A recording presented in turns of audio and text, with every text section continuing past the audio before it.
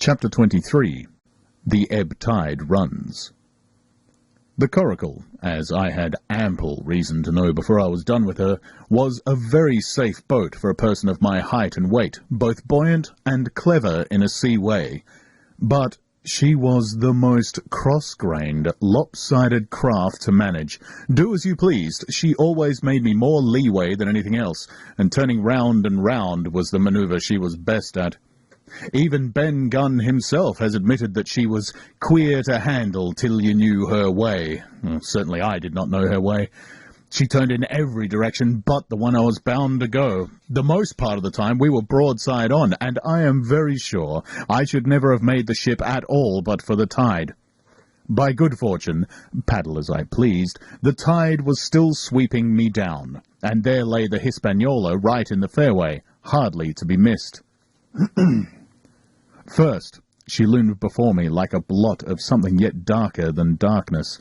Then her spars and hull began to take shape, and the next moment, as it seemed, for the further I went the brisker grew the current of the ebb, I was alongside of her hawser, and had lain hold.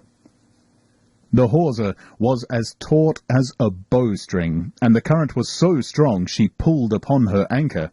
All round the hull, in the blackness, the rippling current bubbled and chattered like a little mountain stream. One cut with my sea gully, and the Hispaniola would go humming down the tide. So far so good.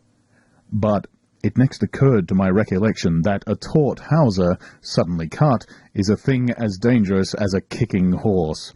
10 to 1, if I were so foolhardy as to cut the Hispaniola from her anchor, I and the Coracle would be knocked clean out of the water. This brought me to a full stop, and if fortune had not again particularly favoured me, I should have had to abandon my design. But the light airs, which had just begun blowing from the south-east and south, had hauled round after nightfall into the south-west. Just while I was meditating, a puff came, caught the Hispaniola, and forced her up into the current, and, to my great joy, I felt the hawser slacken in my grasp, and the hand by which I held it dip for a second under water. With that, I made my mind up, took out my gully, opened it with my teeth, and cut one strand after another till the vessel swung only by 2. Then I lay quiet, waiting to sever these last, when the strain should be once more lightened by a breath of wind. All this time I had heard the sound of loud voices from the cabin, but, to say truth, my mind had been so entirely taken up with other thoughts that I had scarcely given ear. Now, however, when I had nothing else to do, I began to pay more heed. One I recognized for the coxswain, Israel Hands, that had been Flint's gunner in former days. The other was, of course, my friend of the red nightcap. Both men were plainly the worse for drink, and they were still drinking, for, even while I was listening, one of them, with a drunken cry, opened the stern window and threw out something which I divined to be an empty bottle. But they were not only tipsy, it was plain that they were furiously angry. Oaths flew like hailstones, and every now and again there came such an explosion forth as I thought was sure to end in blows, but each time the quarrel passed off, and the voices grumbled lower for a while until the next crisis came, and, in its turn, passed away without result. On shore, I could see the glow of the great campfire burning warmly through the shore-side trees. Someone was singing a dull, old, droning sailor's song with a droop and a quaver at the end of every verse, and seemingly no end to it all but the patience of the singer. I'd heard it on the voyage more than once, and remembered these words, "But one man of the crew alive, what put to sea with 75. And I thought it was a ditty rather too dolefully appropriate for a company that had met such cruel losses in the morning. But, indeed, from what I saw, all these buccaneers were as callous as the sea they sailed on. At last the breeze came. The schooner sidled and drew nearer in the dark. I felt the hawser slacken once more, and, with a good tough effort, cut the last fibres through. The breeze had but little action on the Coracle, and I was almost instantly swept against the bows of the Hispaniola. At the same time, the schooner began to turn upon her heel, spinning slowly end for end across the current. I wrought like a fiend, for I expected every moment to be swamped, and since I found I could not push the coracle directly off, I now shoved straight astern. At length, I was clear of my dangerous neighbour, and just as I gave the last impulsion, my hands came across a light cord that was travelling overboard across the stern bulwarks. Instantly I grabbed it. Why I should have done so, I can hardly say.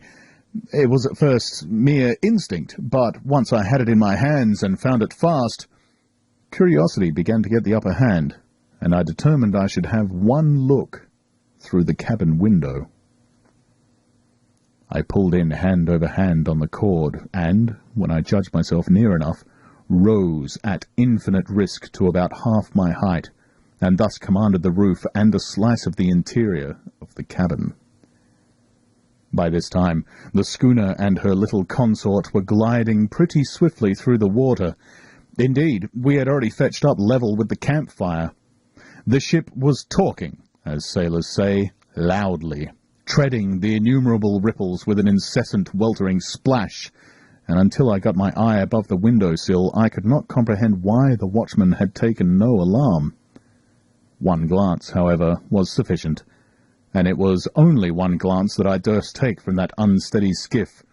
It showed me Hans and his companion locked together in deadly wrestle, each with a hand upon the other's throat.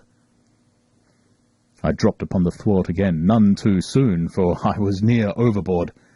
I could see nothing for the moment but these two furious, encrimsoned faces swaying together under the smoky lamp, and I shut my eyes to let them grow once more familiar with the darkness. The endless ballad had come to an end at last, and the whole diminished company about the campfire had broken into the chorus I had heard so often. 15 men on a dead man's chest, yo-ho-ho, and a bottle of rum. Drink and the devil had done for the rest, yo-ho-ho, and a bottle of rum. I was just thinking how busy Drink and the devil were at that very moment in the cabin of the Hispaniola, when I was surprised by a sudden lurch of the coracle. At the same moment she yawed sharply and seemed to change her course. The speed, in the meantime, had strangely increased. I opened my eyes at once. All around me were little ripples combing over with a sharp, bristling sound, and slightly phosphorescent. The Hispaniola herself, a few yards in whose wake I was still being whirled along, seemed to stagger in her course, and I saw her spars toss a little against the blackness of the night. Nay, as I looked longer, I made sure she was also wheeling to the southward. I glanced over my shoulder, and my heart jumped against my ribs. There, right behind me, was the glow of the campfire. The current had turned at right angles, sweeping round along it the tall schooner and the little dancing coracle, ever quickening, ever bubbling higher, ever muttering louder. It went spinning through the narrows for the open sea. Suddenly, the schooner in front of me gave a violent yaw, turning perhaps through 20 degrees, and almost at the same moment one shout followed another from on board. I could hear feet pounding on the companion ladder, and I knew that the two drunkards had at last been interrupted in their quarrel and awakened to a sense of the disaster. I lay down flat in the bottom of that wretched skiff and devoutly recommended my spirit to its Maker. At the end of the straits, I made sure we must fall into some bar of raging breakers where all my troubles would be ended speedily, and though I could perhaps bear to die, I could not bear to look upon my fate as it approached. So I must have lain for hours, continually beaten to and fro upon the billows, now and again wetted with flying sprays, and never ceasing to expect death at the next plunge. Gradually weariness grew upon me. A numbness, an occasional stupor fell upon my mind, even in the midst of my terrors, until sleep at last intervened, and in my sea-tossed coracle I lay and dreamed of home and the old